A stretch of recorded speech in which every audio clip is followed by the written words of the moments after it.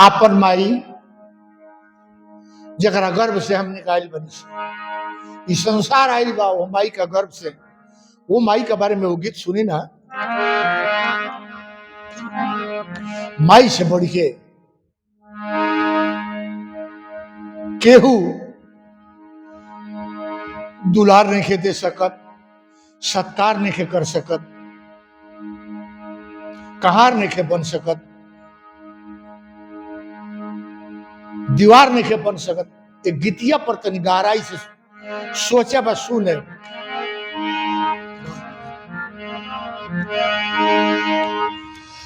आई बूढ़ापा जवानी के, आई बूढ़ापा जवानी के, अरे श्रृंगार न मिली। अब बेटा खातिर माई, बेटा खातिर माई का ऐसन दूल्हा, बेटा खातिर माई ऐसन दूल्हा।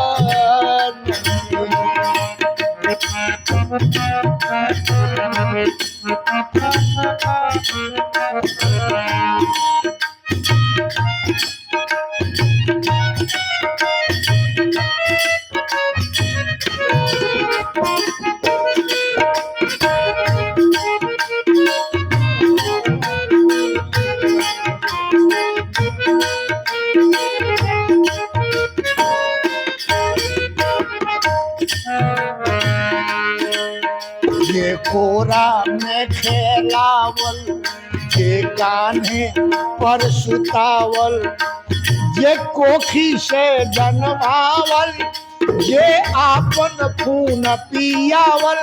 बेटा खातिर माई का ऐसन सत्कार न मिली, बेटा खातिर माई का ऐसन दुलार न मिली।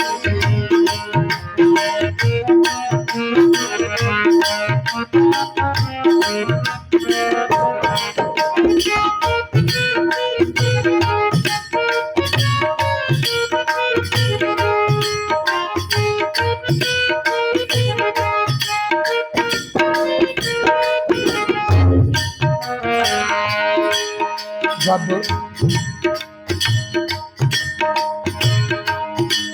नौ माह गर्भ में राखल, के अंतर नेत्र से झांकल, बेटवा मोर सुखी रहो, जब तक के कराही भागल।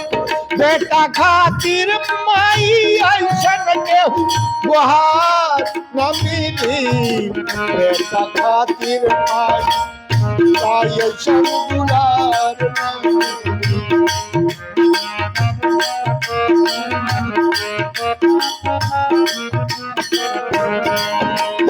ए भैया खुद भूखे रह के माई बेटवे के देली खियाई।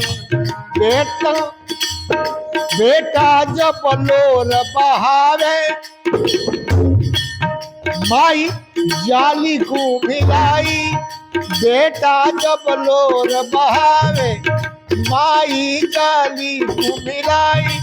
बेटा खातिर माई ऐसन केहू कहार न मिली, बेटा खातिर माई का ऐसन दुलार न मिली, बेटा खातिर माई का ऐसन दुलार न मिली।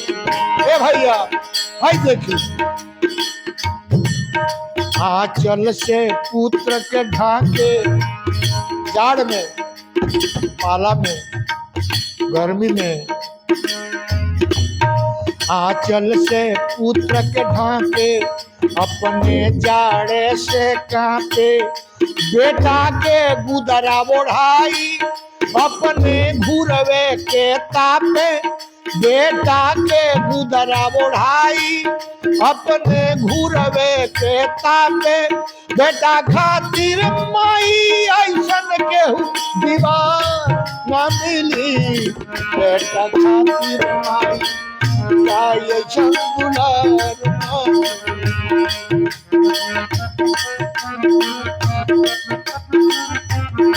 अंत में माई दिले आशीष बेटा जियो लाख बरिस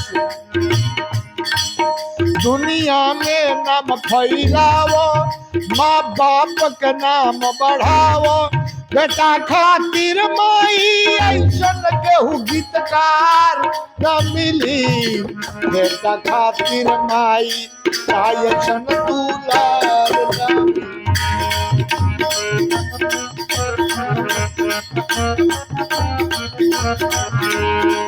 आई बूढ़ा जवानी के आई बूढ़ा जवानी के श्रृंगार ना मिली बेटा खातिर माई काय संदुलार ना मिली बेटा खातिर माई काय संदुलार